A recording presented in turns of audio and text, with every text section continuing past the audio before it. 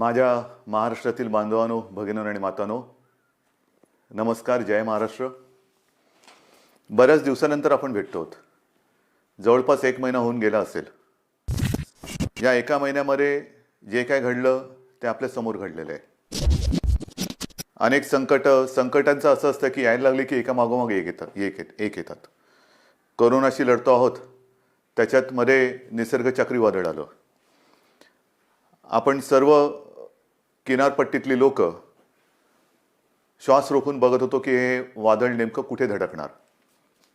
रायगडमध्ये ते धडकलं आणि त्याची नंतर जी काय मी पाहणी केली त्या वादळाची भीषणता भयानक होती. जे त्या वादळाच्या तडाख्यात सापडले नशिबाने वाचले असं मी म्हणेन, पण त्याचबरोबरीने आपल्या शासन यंत्रणेने सुद्धा खूप चांगलं काम केलं. मनुष्यहानी किंवा प्राणहानी, जीवितहानी कमीत कमी कशी होईल यासाठी सतर्कता दाखवली. एक सुद्धा कोळी बांधव किंबहुना एक सुद्धा मच्छीमारी करणारी बोट आपण समुद्रात राहू दिली नाही. त्याने वेळेमध्ये आपल्या घरात आणलं, सुरक्षित जागी हलवलं आणि त्यामुळे प्राणहानी झाली, पण ती कमीत कमी ठेवण्यात आपल्याला काही प्रमाणात यश आलं. आर्थिक नुकसान तर झालेलं आहे. मोठी मोठी झाडं उन्मळून पडलेत, फळबागा उद्ध्वस्त झालेल्या आहेत, घरांची छपरे उडून गेलेले आहेत. नुकसान अतोनात झाले, पण त्या अतोनात नुकसान म्हणजे विजेचे खांब सुद्धा उन्मळून पडलेले आहेत. या नुकसानीमध्ये आपण हेही पाहिलं की सरकार खंबीरपणाने या सर्व किनारपट्टीतल्या कोकणवासियांच्या आणि जिथे जिथे हे वादळ पुढे सरकलं, ज्यांचं नुकसान झालं त्या सगळ्यांच्या पाठी खंबीरपणे उभं आहे. या गेल्या काही दिवसात काय झाले, एक तर आपण असे भेटू शकत नाही आहोत.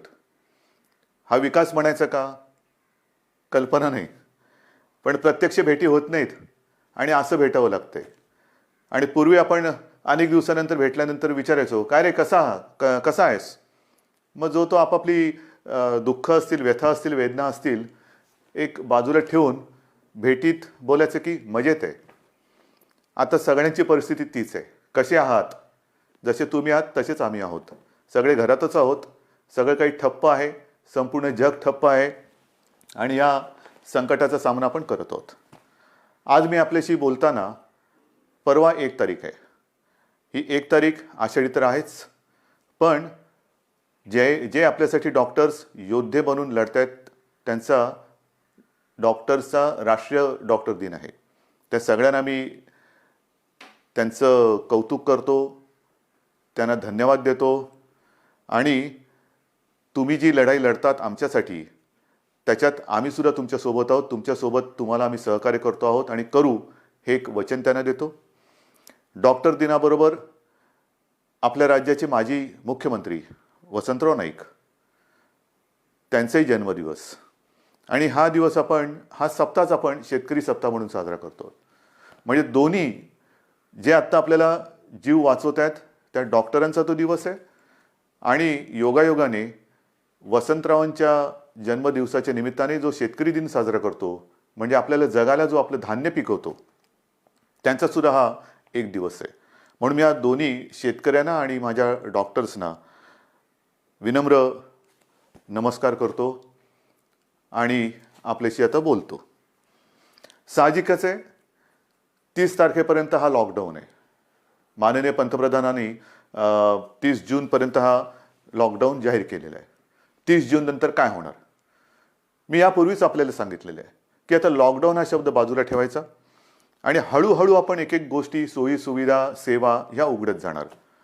म्हणजेच 30 तारखेनंतर लॉकडाऊन उठणार का, तर अत्यंत स्पष्ट शब्दात नाही.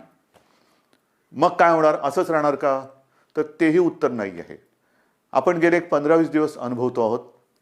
एक एक करत महाराष्ट्रामध्ये आपण अत्यंत काळजीपूर्वक पावलं टाकत सेवा सुविधा आणि काही गोष्टी म्हणजे दुकानं असतील, आजपासून आपल्या नाभिकांची जी सेवा आहे ती सुरू होते आहे, अशा काही गोष्टी सुरू करतो. दुकानं सुरू झालेली आहेत, काही ऑफिसेस काही प्रमाणात त्यांच्या कर्मचारी वर्गाची उपस्थिती त्यांना आपण परवानगी देऊन ती सुरू झालेली आहे.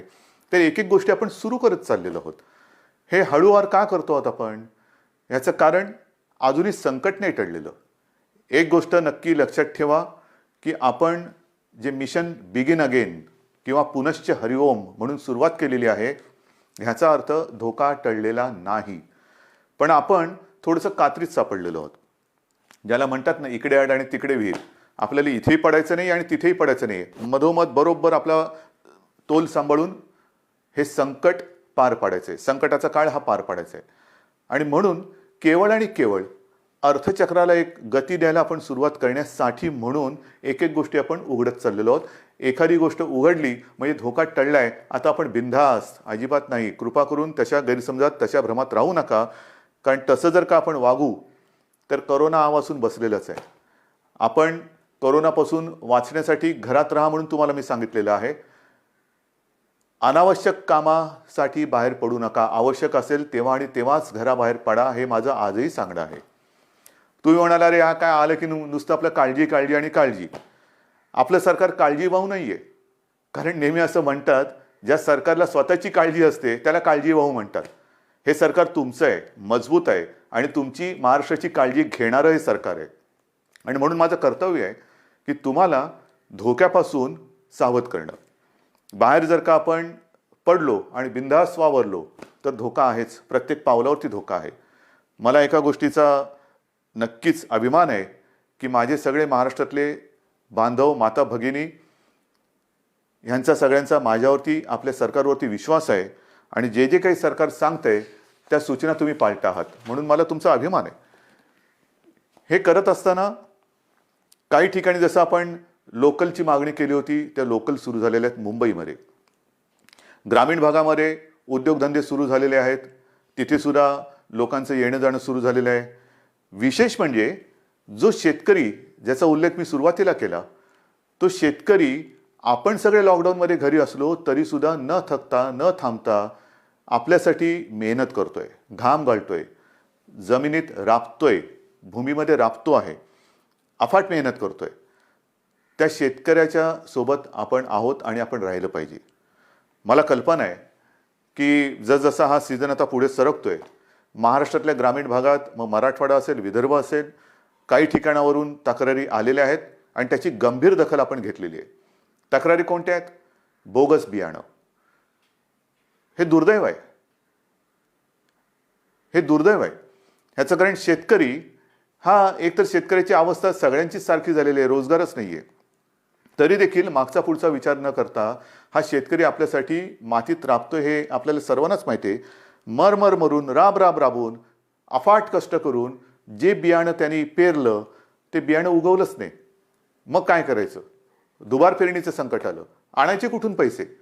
एक तर असंही कर्जाचं ओझं जे आपण बऱ्याचशा प्रमाणात उतरवलेलं आहे आणि जे राहिलेलं आहे, जो शेतकरी माझा या कर्जमुक्तीच्या योजनेमधून काही कारणासाठी, म्हणजे जसं मी मागे सांगितलं तुम्हाला की 2 टप्प्यात जे आपण करणार होतो कर्जमुक्ती, त्याच्यातला काही भाग, काही लाख शेतकरी हे नेमकं तिथल्या स्थानिक निवडणुका आल्या, आचारसंहिता सुरू झाली म्हणून ही कर्जमुक्ती तिथली थांबली.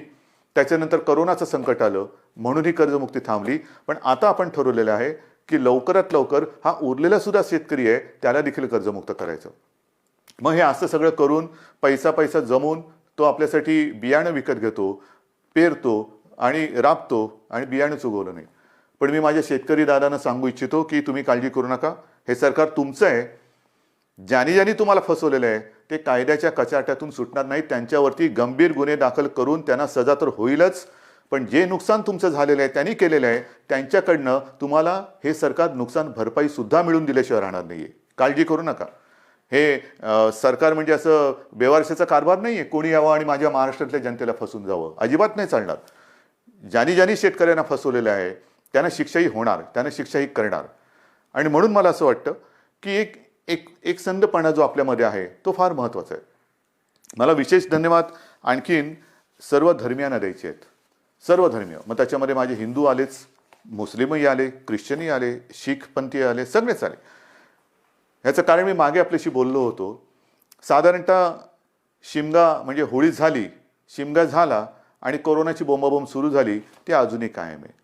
सगळ्यांनी, मग तो ईद असेल, मग आपली रामनवमी असेल, आता तर मुख्य म्हणजे आषाढीची वारी, आषाढी एकादशी आता परवा आहे, मी चाललोय. पण सगळ्यांनी आपल्याला एक सामाजिक भान ठेवून हे उत्सव अत्यंत शिस्तबद्ध पद्धतीने जसं सरकार सांगते तशा पद्धतीने ते आता साजरा हा शब्द विचित्र आहे, पण घरातल्या घरात का होईना साजरा करतात. सगळ्यांनाच धन्यवाद दिले पाहिजेत. आपल्या परंपरा आहेत. आषाढी एकादशीची परंपरा, वारीची परंपरा ही किमान 700-800 वर्षापूर्वीपासूनची आहे. आणि आपल्याशी मी आज बोलताना 2020 साल सुरू आहे. मला 2010चं साल आठवलं. 2010 साली मी पांडुरंगाचं दर्शन घेतलं. कसं घेतलं आपल्याला माहिती आहे. मी हा संपूर्ण वारीचा पाठपुरावा केला, पण मी वारीत प्रत्यक्ष सहभागी न होता हेलिकॉप्टरमधून सहभागी झालो आणि एरियल फोटोग्राफी केली. त्याचं पुस्तकसुद्धा मी आपल्या चरणी तुम्हाला मी सगळ्यांना अर्पण केलेले पाहावा विठ्ठल. मी विठ्ठल पाहिला, नक्की पाहिला. मंदिरात जाऊन नाही पाहिला कारण मी हेलिकॉप्टरमध्ये होतो, पण अथांग पसरलेल्या त्या वारकऱ्यांमध्ये मला ते विठ्ठलाचं विश्वरूप दिसलं. माझ्यासारखा भाग्यवान मीच असेन. विश्वरूप ज्याला म्हणतात ते विश्वरूप काय असतं ते विश्वरूप मी त्या वारकऱ्यांच्या रूपात पाहिलं. देहभान हरकून हे वारकरी विठूनामाचा गजर करत चालत असतात. अक्षरशः देहभान हरकलेले असतात. म्हणजे कशाचं काही त्यांना सगळं जग आजूबाजूला आहे नाही आहे नाही, बस विठू माऊली विठू माऊली विठूनामाचा गजर करत ते चालत असतात. ही गेल्या अनेक वर्षाची परंपरा. अनेक ठिकाणावरनं संत महात्म्यांच्या पालख्या तिकडे येतात आणि मग ते रिंगणं होतात. मग ते इंदापूरचं रिंगण असेल, वाखरीचं रिंगण असेल, ते घोडे धावतात. हे सगळं अप्रूप हे केवळ आपल्या देशातच होऊ शकतं. पण त्या सगळ्या वारकऱ्यांनी सुद्धा संयम दाखवला. जे सरकार म्हणेल ते. हे असे नागरिक कुठे सापडणार तुम्हाला. आणि त्या वारकऱ्यांना सांगतोय की नाईलाज म्हणून आपल्याला यावेळेला तो सगळा वारीचा सोहळा हा आटोपशीर करावा लागला. पण मी आपल्या वतीने आपल्या विठुरायाला साकडं घालायला जाणार आहे. नक्की जाणार. विठुरायाला मी साकडं घालणार की विठुराया हे काय आहे, कोणते दिवस आहेत, कशी दिवस आहेत, कशी परिस्थिती आहे. हे तुझे लाखो करोडो भक्त आज तुझ्या दर्शनाविना घरातल्या घरात आहेत. आणि का तरी अशी विचित्र परिस्थिती आलेली आहे. तुझे चमत्कार आम्ही अनेक ऐकलेत. आम्ही तुमचे चमत्कार अनेक चित्रपटातून पाहिलेत. पण आता हा चमत्कार आम्हाला दाखव आणि हे करोनाचं संकट लवकरात लवकर नष्ट करून केवळ माझा महाराष्ट्रच नाही तर संपूर्ण जगाला पुन्हा एकदा सुखाचे, समृद्धीचे आणि निरोगी आयुष्याचे दिवस दाखव. हे साकडं घालायला मी जाणार आहे.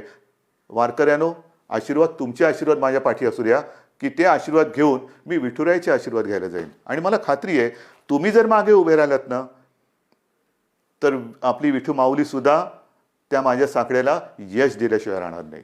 तुमचे आशीर्वाद मी आज मागतोय. मी आषाढी एकादशीला तुमच्या सगळ्यांचा प्रतिनिधी, मुख्यमंत्री म्हणून नाही, तो मान बहुमान वेगळा, पण मी तुमचा प्रतिनिधी म्हणून मी जातो आहे.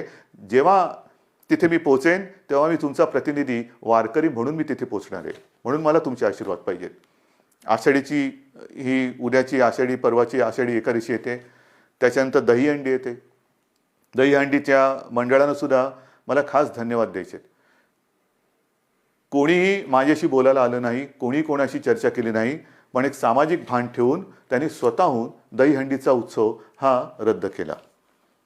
ह्यालाच म्हणतात एक सामाजिक जाणीव, सामाजिक भान. शेवटी उत्सव म्हणजे काय, कोणासाठी उत्सव, आनंदासाठी असेल. पण जर हे संकट चहूबाजूनी आपल्याला वेढून टाकत असेल तरी देखील आम्ही उत्सव साजरे करतोय, हे असा आंधळेपणा नाही उपयोगाचा. मग दहीहंडी झाल्यानंतर मी काल परवाकडेच गणपती उत्सवाबद्दल एक आपल्याला विनंती केलेली आहे. कारण जसं वारीची परंपरा आहे, दहीहंडी आपल्याकडे साजरा होतोय, मग गणपती बाप्पा येणार, मग नवरात्री येणार, मग दिवाळी येणार, त्याच्यामध्ये ईद येणार, मग आपल्या मुंबईमध्ये माउंट मेरीची यात्रा येणार. हे सगळे सणवार हे सगळ्या धर्मियांचे हे आता येणार. पण त्याच्यामध्ये जर का आपण आपलं सामाजिक भान पाळलं नाही तर ज्या संकटाशी आपण लढतो आहोत त्या संकटाला आपण आपला दरवाजा उघडा करून देतो आहोत. म्हणून मी गणपती उत्सवात सगळ्यांना विनंती केलेली आहे. एक तर सर्व मंडळांची मी बैठक घेतली आणि त्यांना सुद्धा मला खास धन्यवाद द्यायचे आहेत की सर्व मंडळांनी एकसुरामध्ये सांगितलं की उद्धवजी, सरकार घेईल तो निर्णय आम्हाला मान्य आहे. तुम्हाला सुद्धा मी मनापासून नमस्कार करतोय. आणि गणरायाला सुद्धा हेच, जे विठुरायाच्या चरणी मी प्रार्थना करतोय, आपण जो निर्णय घेतलाय की यावेळेला एक सामाजिक भान ठेवून हा उत्सव साजरा करूया. मी सर्वांना विनंती केलेली आहे की जिथे जिथे सार्वजनिक गणेशोत्सव होतात, मुंबई, पुणे, सर्वत्र सर्वत्र राज्यभर होतात. मग काही काही मूर्त्या 15-15, 20-20 फूट असतात, 22 फूट, 23 फूट. नाही, आता ही परिस्थिती तशी नाही आहे. सर्वांनी थोडा संयम ठेवा. आणि मूर्तीची उंची जास्तीत जास्त मी 4 फूट सांगितलेली आहे. का 4 फूट सांगितली? तर मूर्ती हलवताना सुद्धा जास्त लोक एकमेकाच्या जवळ येता कामा नयेत. विसर्जनाची सुद्धा आगमनाची मिरवणूक नाही, विसर्जनाची मिरवणूक नाही. मग गणेशोत्सव साजरा कसा करायचा? अजून थोडा अवधी आहे. आपण चर्चा करून त्याच्यातनं सुद्धा हा नेमका कसा करायचा त्याच्यावरती मार्ग काढू. कारण आपण परंपरा जपणारी माणसं आहोत. ज्या लोकमान्यांनी त्या काळात, स्वातंत्र्यपूर्व काळामध्ये घरातला गणपती त्यांनी बाहेर आणला. कारण स्वराज्य, त्याच्यासाठी लोक एकत्र आली पाहिजेत. म्हणजे त्यांनी सणांची चळवळ केली. आपण चळवळीचा वारसा घेऊन पुढे जायचं आहे. त्या चळवळीमध्ये सगळी लोक एकत्र आली, एकोपा वाढला. आता सुद्धा तो एकोपा कायम आहे. मग हा एकोपा चळवळीसाठी पुढे न्यायचा असेल तर आपण आपला महाराष्ट्र विघ्नहर्त्याचं आगमन होतंय. मग त्याचे आशीर्वाद घेऊन त्याच्या साक्षीने विघ्नमुक्त करू शकतो का, कोरोनामुक्त करू शकतो का, हे आपल्याला बघायला पाहिजे. आणि करू शकतो. जर का आपण ठरवलं तर आपण नक्की करू शकतो. आरोग्यविषयक जर का आपण शिबिरे घ्यायचं ठरवलं, मध्ये मी जसं आपल्याला सांगितलं की रक्ताचा तुटवडा आल्यानंतर रक्तपुरवठा किंवा रक्ताचा साठा कमी होता, तेव्हा मी 2 वेळा आवाहन केलं की रक्तदान करा. मी आवाहन करण्याचा अवकाश, चहूबाजूने रक्तदाते पुढे आले आणि ती जी काय आपली टंचाई होती ती दूर झाली. रक्तदान करा म्हटलं तर रक्तदान केलं. कारण आपण गणपतीचे अंधभक्त नाहीत तर जागरूक भक्त आहोत. आणि त्याच्यासाठी मला असं वाटतं की आरोग्यविषयक काय खबरदारी घेता येईल, काय जागरूकता आणता येईल, काय करता येईल, या सगळ्या गोष्टी आपण हळूवार सांगत जाऊ. तूर्त मी आपल्याला मूर्तीची एक कल्पना दिलेली आहे. रक्तदानाबद्दल मी जेव्हा बोललो तेव्हा आणखीन एका विषयाबद्दल मला आपल्याशी बोलायला पाहिजे. आणि तो विषय आहे रक्तदानाशी निगडीत, तो म्हणजे प्लाझ्मा थेरपी. आपल्याला कल्पना आहे की साधारणतः मार्चपासून हे कोरोनाचं संकट आपल्यासमोर आल्यानंतर त्या संकटाची आपण जे हातात शस्त्र मिळेल ते शस्त्र घेऊन लढतो आहोत. मग लॉकडाऊन असेल, लॉकडाऊन, ट्रॅकिंग ट्रेसिंग असेल तेही करतो आहोत, चाचण्या वाढवतो आहोत. चाचण्या वाढवल्यानंतर उपचार पद्धती. आणि मी नक्की सांगेन, अभिमानाने सांगेन की आपला महाराष्ट्र, आपली मुंबई, जे आपले डॉक्टर्स आहेत, जो आपला टास्क फोर्स आहे, उपचाराच्या बाबतीमध्ये जगाच्या बरोबरीने आपण चाललेलो आहोत. कुठेही एक सूतभर सुद्धा जगाच्या पाठी आपण नाही. चहूबाजूला आपली नजर आहे. कोणत्या देशात काय चालले, या देशात काय चालले, कोणते उपचार होत आहेत, कोणती औषधे होत आहेत. म्हणजे गेल्या आठवड्यामध्ये सहज मी बसलो असताना मला मेसेज आले. BBC मध्ये एक बातमी होती, ब्रेक थ्रू डेक्सामेथाझॉन हे नवीन औषध सापडलं. मी टास्क फोर्सच्या डॉक्टरना फोन केला. ते म्हणाले, उद्धवजी हे औषध आपण गेले 2 महिने आवश्यकतेनुसार वापरतोच आहोत. म्हणजे आपण हे औषध वापरतोच आहोत. मग प्लाझ्मा थेरपी सुद्धा आपण साधारणतः मार्च एप्रिलपासून सुरू केलेली आहे. पण आज मला अभिमानाने एक गोष्ट सांगावीशी वाटते की सुरुवातीला आपल्याकडे 1-2 ठिकाणीच प्लाझ्मा थेरपी आपण वापरत होतो. आजपर्यंत साधारणतः असं धरा की 10 जणांवरती आपण उपचार केले असतील तर जवळपास 9 जण त्याच्यात बरे झालेत, 7 जण तर जवळपास बरे होऊन घरी पण गेलेले आहेत. म्हणजे प्लाझ्मा थेरपी सुद्धा उपयोगी पडते. आणि त्याच्यासाठी उद्याच एका गोष्टीचं आपण लोकार्पण करतो आहोत. जे करतो आहोत ते तळमळीने करतो आहोत, मनापासून करतो आहोत आणि आवश्यकतेपेक्षाही थोडं जास्त करण्याचा आपला प्रयत्न आहे. आणि उद्या आपण एक गोष्ट अशी करतोय की कदाचित, मी कदाचित शब्द वापरतोय, कदाचित देशातलं सगळ्यात मोठं प्लाझ्मा थेरपी देणारं आपलं राज्य ठरेल. प्लाझ्मा थेरपीचा वापर करणारं आपलं राज्य ठरेल. कारण आपण ही केंद्र वाढवतो आहोत. पहिल्यांदी 2 होती, त्याचा विस्तार आपण करतो आहोत. उद्या कदाचित देशातलं सगळ्यात प्लाझ्मा थेरपीचा वापर करणारं पहिलं राज्य ठरेल आपलं. पण हे सुविधा झाल्या. मला जे खास करून ज्यांना कोरोना होऊन जे सुखरूप बरे होऊन घरी गेलेत त्यांना एक विनंती करायची. रक्तदान हे कसं, एक रक्तदान कोणी करू शकतो, पण प्लाझ्मा कोणाचं वापरू शकतो? रक्तगटाप्रमाणे तर तो वापरावा लागतोच. पण ज्यांना कोरोना होऊन जे बरे झालेत आणि ज्यांच्या शरीरात ती अँटीबॉडी तयार झालेली आहे, अशांचं रक्त घेऊन, त्यातनं प्लाझ्मा घेऊन त्या रक्तगटाच्या रुग्णाला जर तो प्लाझ्मा आवश्यकतेनुसार वापरला तर बऱ्याच रुग्णांचा प्राण आपण वाचवू शकता. आणि म्हणून खास करून मला जे रुग्ण बरे होऊन घरी गेलेले आहेत त्यांना विनंती करतो आहे की कृपा करून आपण पुढे या. आमच्या शासकीय विद्यालयांना जी वैद्यकीय विद्यालय आहेत त्यांना संपर्क करा, शासकीय डॉक्टर्स आहेत त्यांना संपर्क करा आणि आपण जसं रक्तदान करतो रक्तदानच करायचं आहे, पण तसं प्लाझ्मा दान करा की जेणेकरून आपण वाचलात, आपल्या माध्यमातून आणखीन काही जण वाचू शकतो. ह्यालाच तर आपण एकत्रितपणा म्हणतो, ह्यालाच तर आपण एकजूट म्हणतो आणि ती आपल्या रक्तामध्ये आहे. आणि ती मी मागेही म्हटलं होतं, लढणं हे आपल्या रक्तात आहे आणि जेव्हा रक्ताचा तुटवडा होता तेव्हा रक्तदान करून हा लढाऊ बाणा आपण सिद्ध केलाय. आता हा पुन्हा एकदा सिद्ध करण्याची नव्हे, पण त्याच्या आवश्यकतेनुसार वापर करण्याची गरज आहे. बांधवांनो आणि माता भगिनींनो, एक गोष्ट नक्की आहे की जसं मी औषधाच्या बाबतीत तुम्हाला सांगितलं की कोणत्याही औषधाच्या बाबतीत आपण पाठी नाही आहे. सुरुवातीपासून जी औषधं आपल्याला वाटतात की वापरली पाहिजेत, म्हणजे आता सगळीकडे रेमडेसिवीर कितीला मिळणार, रेमडेसिवीर मिळणार की नाही, रेमडेसिवीरची किंमत काय होणार, मग फॅव्हिपिरावीर, म्हणजे जशी जशी नावं येतात तसं त्याचा बोलबाला होतो. पहिला होता तो एससीक्यू हायड्रॉक्सिक्लोरोक्विन, मग त्याचा एक हे झाला, ते आपण वापरतोय, आवश्यकतेनुसार वापरतोय. रेमडेसिवीर वापरतो आहोत, टॉझिलिझुमॅब वापरतो आहोत, आयव्हरमेक्टिन वापरतो आहोत, डॉक्सी वापरतो आहोत. तुम्ही नाव सांगा, ती सगळी औषधं आपण इकडे वापरतो. परंतु ही औषधं वापरायला साहजिकच आहे आपल्याला केंद्र सरकारच्या त्या आरोग्य विभागाची परवानगी लागते. आणि मला एक गोष्ट आपल्याला सांगायची आहे, साधारणतः एप्रिल शेवट किंवा मे असेल, मेची सुरुवात किंवा पहिला मध्ये असेल, आपण ह्या औषधाच्या उपलब्धतेसाठी पाठपुरावा सुरू केला, रेमडेसिवीर आणि फॅव्हिपिरावीर, कारण तिथून परवानगी घ्यावी लागते. मग त्याच्यानंतर एका रुग्णांच्या ग्रुपवरती त्याची टेस्ट घ्यावी लागते. ती यशस्वी झाल्यानंतर मग तिथून परवानगी मिळाल्यानंतर मोठ्या प्रमाणात आवश्यकतेनुसार त्याचा वापर करावा लागतो. आता गेल्या आठवड्यामध्ये याची परवानगी आपल्याला मिळालेली आहे, रेमडेसिवीर आणि फॅव्हिपिरावीर. येत्या काही दिवसात याचा पुरेसा साठा हा आपल्याला उपलब्ध होईल.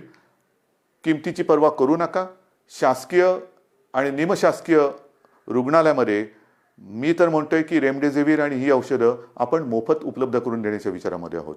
पण पहिली गोष्ट ही उपलब्ध होत आहेत आता, म्हणजे कोणी काळजी करण्याचं कारण नाही आहे. कसं मिळणार आता आहे, अजून एक थोडे दिवस आपल्याला त्याच्या साठ्याबद्दल किंवा उपलब्धतेबद्दल आपण प्रयत्न करून ती उपलब्ध करून देतो आहोत. पण एकदा का हा साठा आपल्याकडे किंवा ज्याला म्हणतो ना पुरवठा व्हायला लागला की त्याचा कुठे मी तुटवडा पडू देणार नाही, ही तुम्हाला मी खात्री देतोय. रुग्णांची संख्या वाढणार. तुम्ही म्हणणार वाढणार म्हणजे काय, नाही तसं नाही आहे. ह्याला दोन गोष्टी आहेत.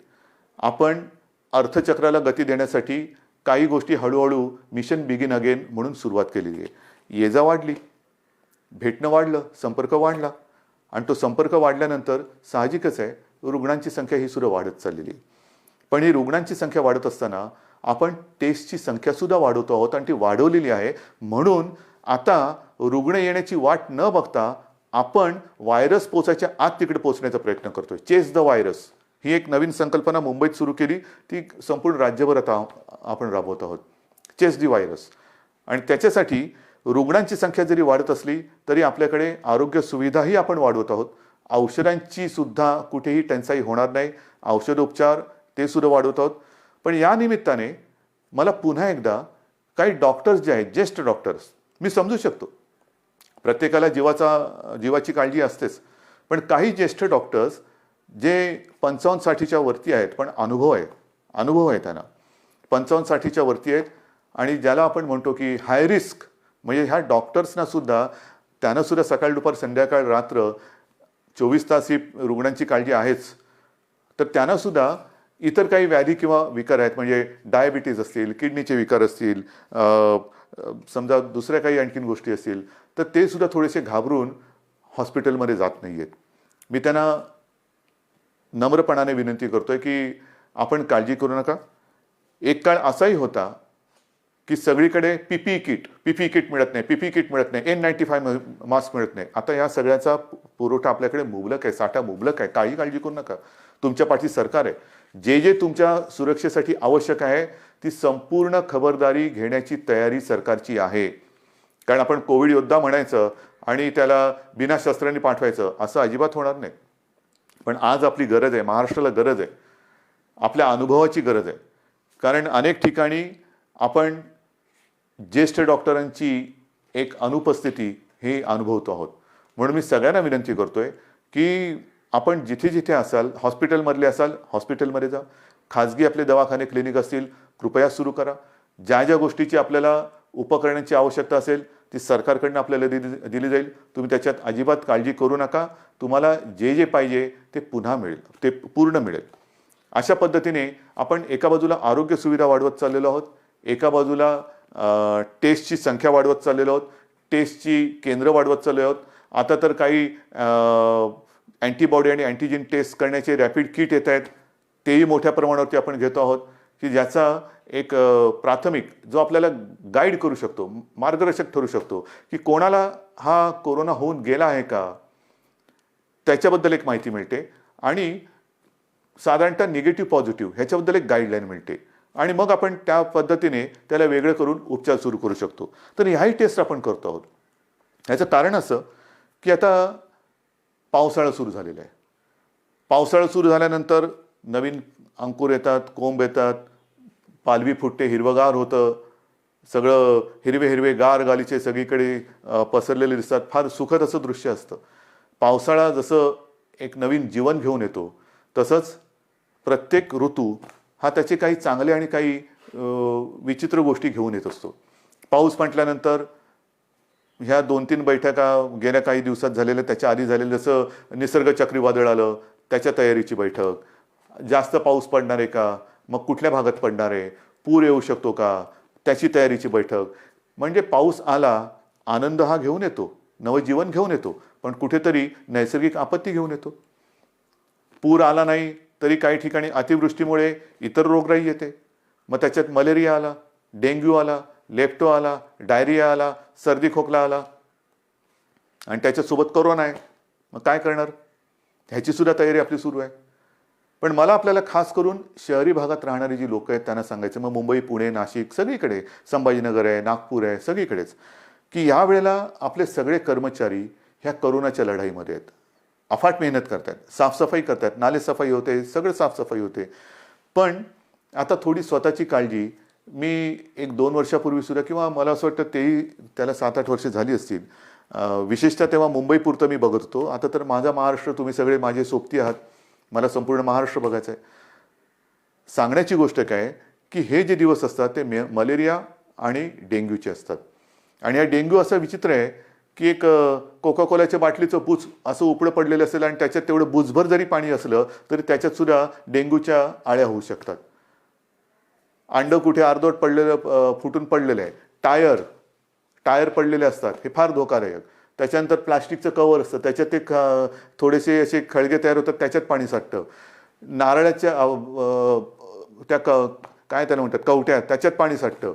झाडांच्या फांद्या तुटून ढोल्या तयार झाल्या असतात, त्याच्यात पाणी साठतं आणि त्याच्यात सुद्धा डेंग्यू होऊ शकतं. तर आपल्याला आपला परिसर स्वच्छ ठेवायचा आहे. कुठेही पाणी साठू देऊ नका. एअर कंडिशनच्या खाली, त्याच्यानंतर फ्लॉवर पॉटमध्ये, अनेक घरामध्ये फेंगशुई त्याच्यासाठी जे काही झाडं लावली जातात त्याच्यामध्ये पाणी असतं, त्याच्यात डेंग्यूच्या आळ्या होऊ शकतात. तर ह्या सगळ्या गोष्टींपासून आता आपल्याला खबरदारी घ्यायला पाहिजे. कारण एका मागोमाग एक संकटाची मालिका ही आपल्याला आता तोडायलाच पाहिजे. मी तुम्हाला ह्या सगळ्या काळज्या घ्यायला सांगतोय कारण एक आपुलकीने सांगतोय, प्रेमाने सांगतोय की काय करावं, काय करू नये. आज सुद्धा मी जेव्हा बघतोय की अनेक ठिकाणी, मुंबईत असो, शहरात असो, पुण्यात असो, ग्रामीण भागात असो, काही ठिकाणी अरे आता झालं सगळं. नाही, झालेलं काही नाहीये, झालेलं काही नाहीये.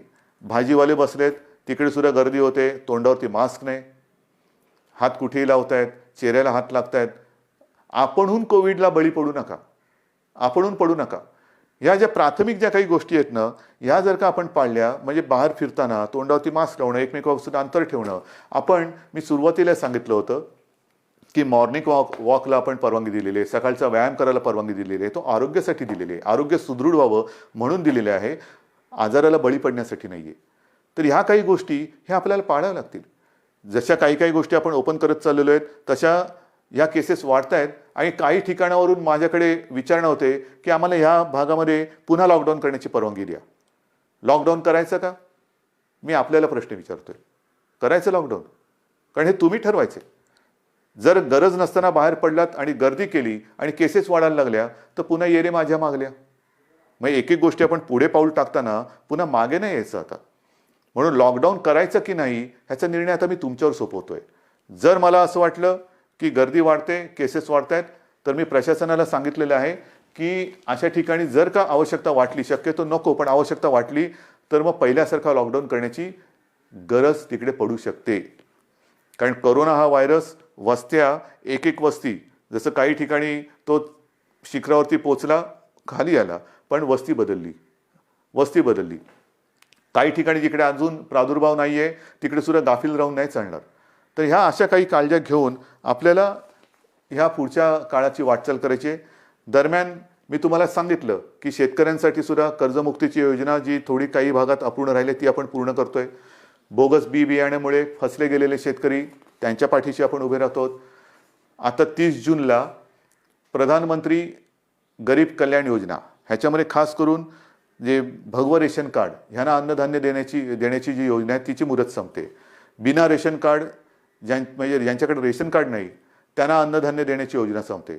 मी गेल्या 8-10-15 दिवसापूर्वी जेव्हा प्रधानमंत्र्यांची व्हिडिओ कॉन्फरन्स होती तेव्हा स्वतः ही मागणी केलेली आहे की 30 तारखेला ही मुदत संपते, धान्य देण्याची मुदत संपते आहे, कृपा करून आणखीन 3 महिन्यासाठी आम्हाला वाढवून द्या. कारण अजूनही हे संकट गेलेलं नाही, उलट केसेस वाढत आहेत.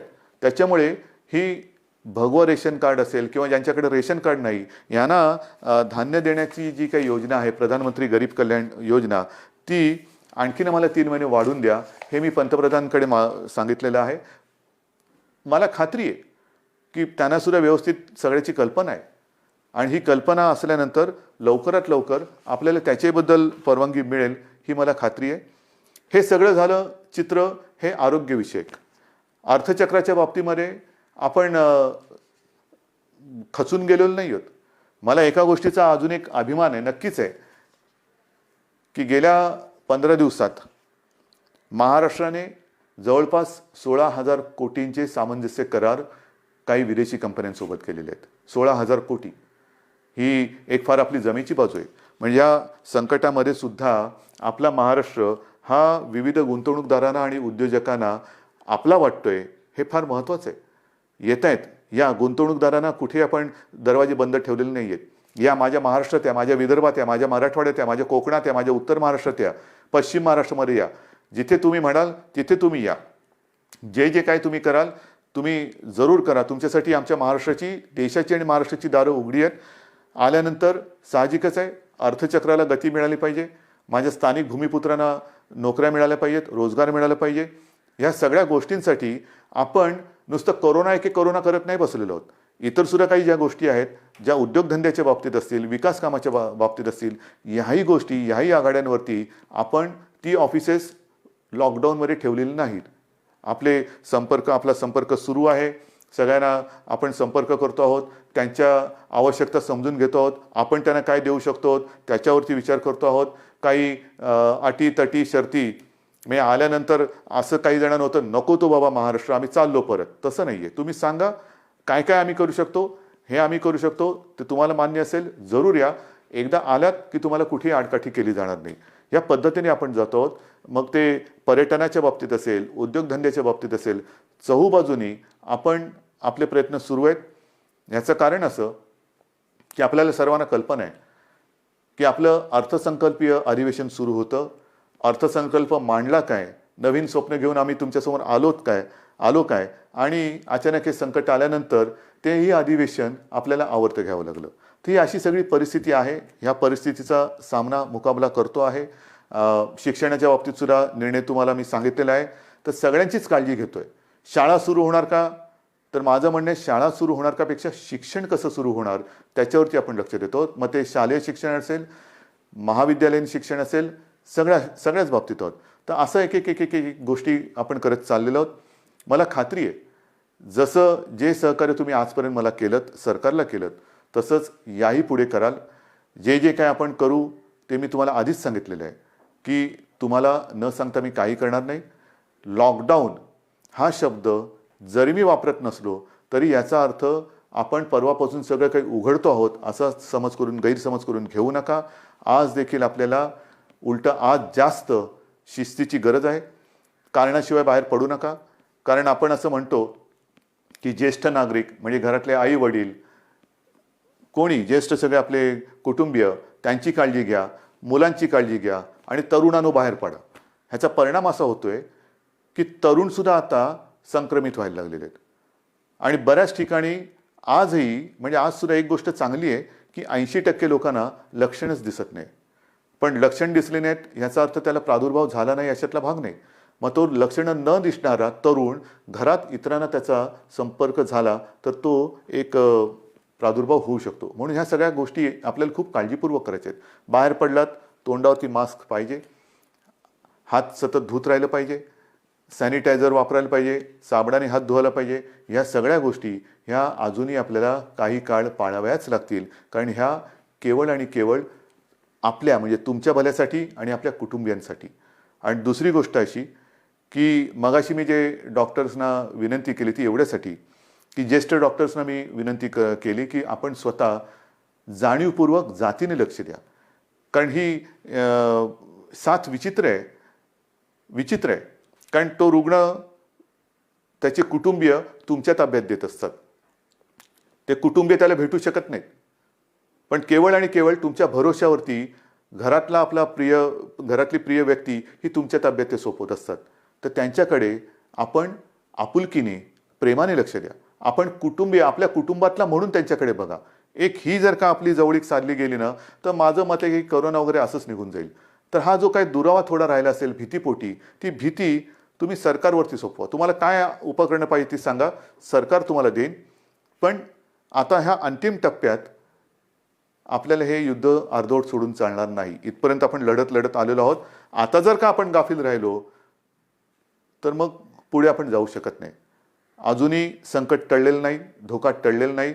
पण हा धोका पत्करून जे करता येणं शक्य असेल त्या गोष्टी आपण हळुवारपणाने उघडत चाललेलो आहोत. लॉकडाऊन पुन्हा करण्याची वेळ येऊ नये आणि त्याच्यासाठी आपलं सहकार्य जसं आजपर्यंत सरकारला मिळालं तसंच ते यापुढे सुद्धा मिळेल अशीच अपेक्षा आणि विश्वास व्यक्त करून मी आपली रजा घेतो. जय हिंद, जय महाराष्ट्र.